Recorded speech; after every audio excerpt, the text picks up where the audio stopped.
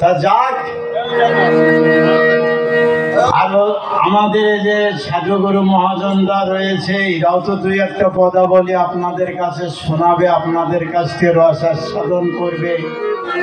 তা আমি যখন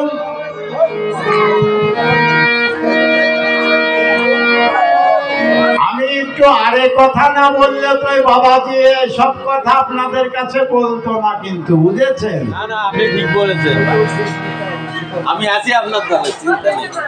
কারণ হচ্ছে যে আমার দলের মানুষ তো ভাই তুমি হবে, আমরা তো এই সাধু গুরু বৈষ্ণবের চরণ ধুলি পাবার জন্য এসেছি। কারণ হচ্ছে যে কৃষ্ণ ভক্তি অতি চতুর, ইনারা চতুর, সেই কারণে আমি আর বলে বলে যাচ্ছে, বাবাজি দেখেছেন ঢেলে দিচ্ছে, আমার আপনার মুক্তির কারণে দিচ্ছে। আমাদের মুক্তি হবে কি করে? এই গোসাই বাবাজি কিন্তু কালো মানুষ, দেখেছেন, আমার কৃষ্ণও কালো, কিন্তু যদি এই গোসাই বাবার চাইতে সুন্দর বাবাজি দেখি, যে মাথা নোয়া দেব যে আমার একটু দীক্ষা শিক্ষা, আমার একটু ভগবানের পথ দেখা দেন, কিন্তু তা করলে হবে না। আগে তার কাছে জানতে হবে, তার কাছে শুনতে হবে। আমরা যে গানগুলো করছি এই বস্তু নিয়ে, এবং বস্তু কিভাবে বাধ্য হয়, গুরুর কাছে গেলে কোন কৌশলে এই বন্ধ হয়, এই কথা আমরা জানার জন্যই কিন্তু এই ভূমণ্ডলে এসেছি। কারণ ষটচক্র নামে একটা বই আছে, সেই বলছে যে সেই বইয়ে লেখা আছে, সেই বইয়ের কলম দেওয়া রয়েছে মহাজনের, যে এই জড়জগতের মানুষ এবং এই গোসাইরা কিন্তু এই নয়টা দ্বারের সংবাদ নিয়েই কিন্তু আমাদের এই ঘরগুলো জানাচ্ছে, এবং আমরা সেই 9 ঘরের কাজই করার জন্য কিন্তু এই নবদ্বারের কাজ করছি। কিন্তু ষটচক্র কি বলছে, যে এই মানব দেহে, এই দেহেতে 9 লক্ষ দ্বার রয়েছে, সেই দ্বারের কর্ম কিন্তু আমাদের এই বাবাজি কিন্তু আমাদের বলছে না, বলছে এ করে, তা করে, খান করে, ত্যান করে, বহু কিছু বলছে। এই করলে এই হবে, জলের সঙ্গে দুধ দিলে পরে রাজহংস চুষে নিতে পারে, কিন্তু আমার দ্বারাই হচ্ছে না, আমি বারবার বলে যাচ্ছি। যাক, আর ওই যে আমাদের খোকন বাবাজি আছেন, উনি অনেক দূরের থেকে এসছেন, ইনারাও আপনাদের পদাবে, আমি ওনার কাছে একটু আত্মসমর্পণ করে একটা গান করছি, এবং মহাজনের কথা।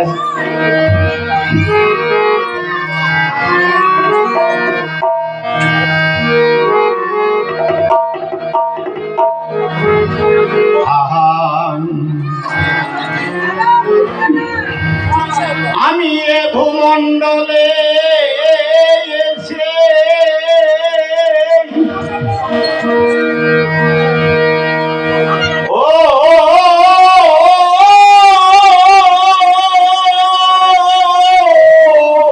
গুরু গোসাই, আমি এ ভূমণ্ডলে এসে কি হবে আমাদের, আমি আপন দোষে দোষী হয়েছি, আমার আপন গোসার কোন দোষ নেই গো, আমার নিজের দোষে আমি এইভাবে রয়ে গেছি। সাধুগুরু বৈষ্ণব 30-32 বছর আগে ইনি আমাকে কিন্তু জায়গা দিয়েছিলেন, নীলাভ চরণ ধরে আমি বেড়াচ্ছি, এই আপনাদের মহৎ সঙ্গ করে, কিন্তু আমার দ্বারায় হয়নি। আমি যে কত জন্মান্তরের থেকে যাবে এমন পাপী হয়ে এসেছি, যে সাধু গুরুর পদরতা আমার এই অঙ্গে লাগেনি।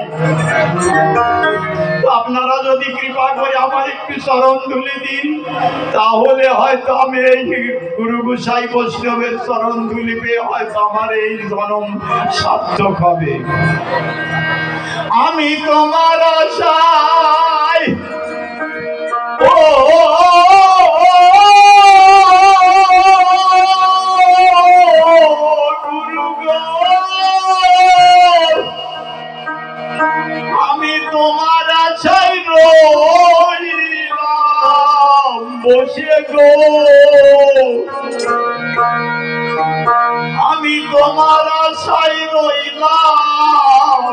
বসে আমার সময় গেল বয়ে,